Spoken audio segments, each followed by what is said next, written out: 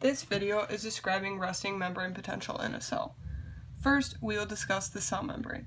The cell membrane is an insulator as it is made of fat, like this lipid molecule drawn below.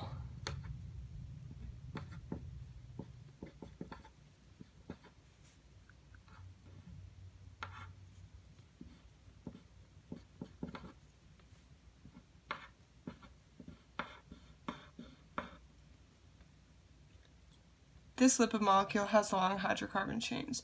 These chains form nonpolar covalent bonds, while the heads of fat, this phosphate group, are polar in charge.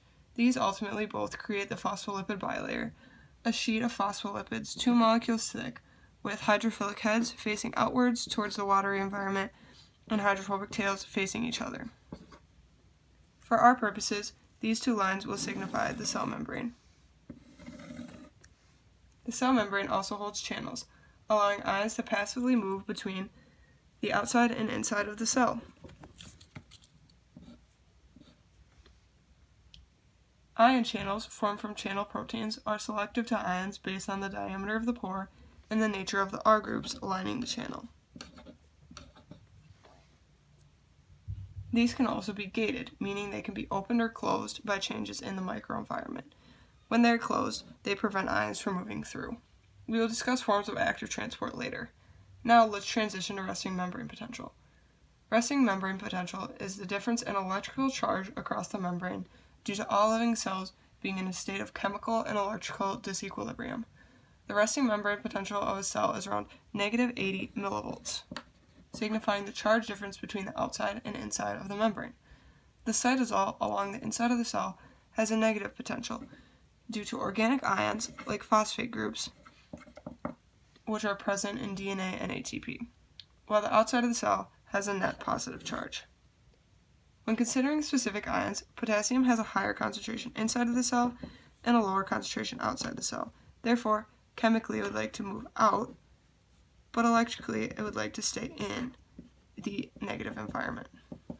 Sodium has a higher concentration outside the cell,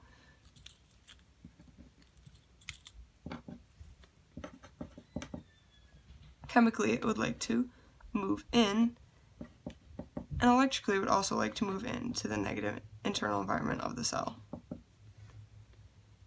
Calcium has a higher concentration outside the cell, therefore chemically it would like to move in, and electrically it would also like to move in.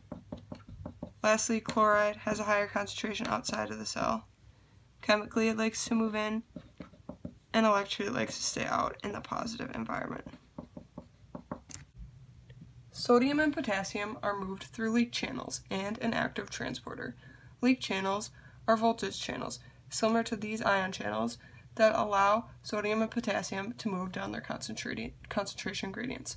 On the other hand, the active transport sodium-potassium pump helps maintain the resting membrane potential by pushing potassium inside the cell and pushing sodium outside the cell, both simultaneously against their concentration gradients. During this process, 3 sodiums are pushed out, while 2 potassiums are pushed in with the use of the molecule ATP.